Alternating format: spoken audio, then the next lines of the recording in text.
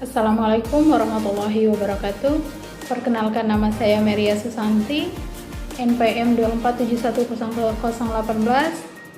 Izinkan saya menyampaikan tugas mata kuliah kepemimpinan dengan topik tantangan kepemimpinan publik. Masalah di Indonesia, kepemimpinan publik menghadapi tantangan seperti rendahnya kepercayaan masyarakat akibat korupsi, birokrasi yang kaku, dan kurangnya transparansi. Gaya kepemimpinan informasi terbukti lebih efektif dibandingkan transaksional, tetapi terkendala budaya hierarkis. Tantangan lainnya meliputi pengelolaan konflik di masyarakat, multikultural, literasi digital rendah, dan e-government, dan kesenjangan kompetensi sumber daya manusia di berbagai daerah. Teori kepemimpinan publik. Kepemimpinan publik menurut Young yaitu suatu bentuk dominasi atas kemampuan individu yang mampu mendorong orang lain untuk melakukan sesuatu berdasarkan penerimaan dari kelompok dan memiliki suatu keahlian khusus yang tepat dalam situasi tertentu. Ciri-ciri dan karakteristik kepemimpinan publik: percaya diri, kreativitas, kebulatan tekad, komunikasi. Tujuan dan ruang lingkup kepemimpinan publik. Tujuan kepemimpinan publik: sarana untuk mencapai tujuan, memberi motivasi. Ruang lingkup kepemimpinan publik: sebab munculnya pemimpin, teori genetis, teori sosial, dan teori ekologis atau sintetis.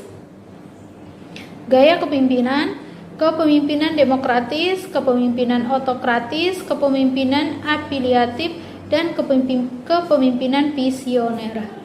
Tugas seorang pemimpin dalam sebuah organisasi adalah membawa anggota organisasi untuk bekerja bersama sesuai dengan tanggung jawabnya masing-masing dan membawa organisasi ke arah pencapaian tujuan yang diharapkan.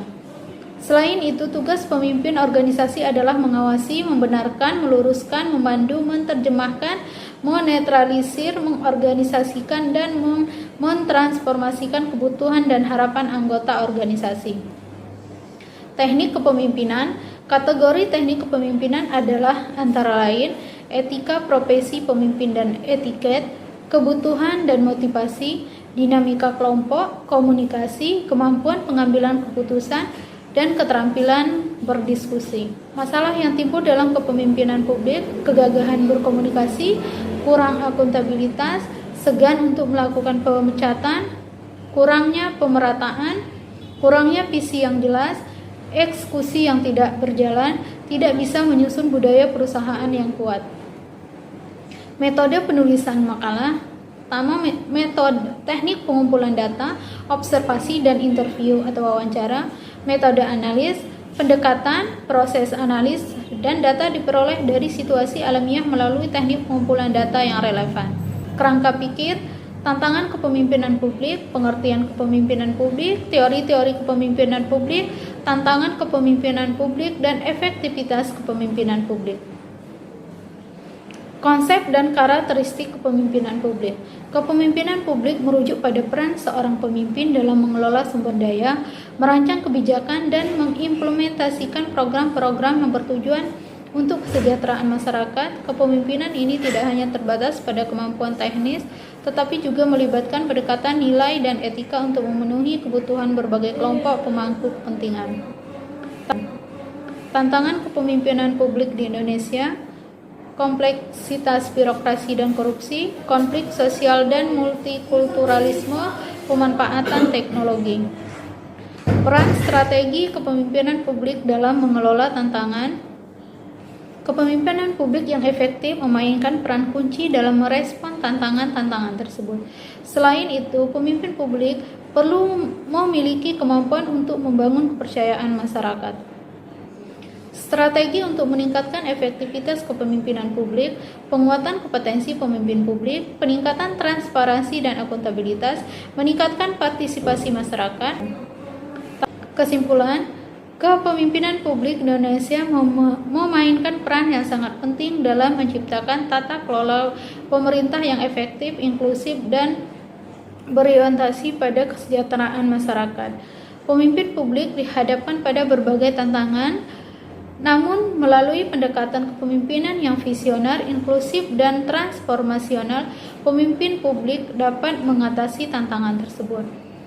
Peran strategi mereka tidak hanya mencakup pengambilan keputusan yang bijaksana, tetapi juga kemampuan untuk membangun kepercayaan masyarakat, mendorong kolaborasi lintas sektor, serta memastikan keberlanjutan program-program pembangunan. Dengan memperkuat kapasitas individu dan organisasi, pemimpin publik dapat menciptakan pemerintahan yang responsif terhadap kebutuhan masyarakat dan adaptif terhadap perubahan zaman. Saran, pemerintahan perlu menyediakan program pelatihan berkelanjutan untuk meningkatkan kompetensi pemimpin publik.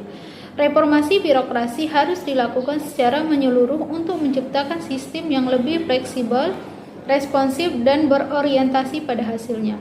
Pemimpin publik perlu mengedepankan pendekatan partisipasi dengan melibatkan masyarakat dalam proses perencanaan, implementasi, dan evaluasi kebijakan. Pemimpin publik harus memaksimalkan penggunaan teknologi digital untuk meningkatkan efisiensi dan transparansi pemerintahan. Pemimpin publik harus menjadikan transparansi dan integritas sebagai prioritas utama dalam menjalankan pemerintahan. Terima kasih. Wassalamualaikum warahmatullahi wabarakatuh.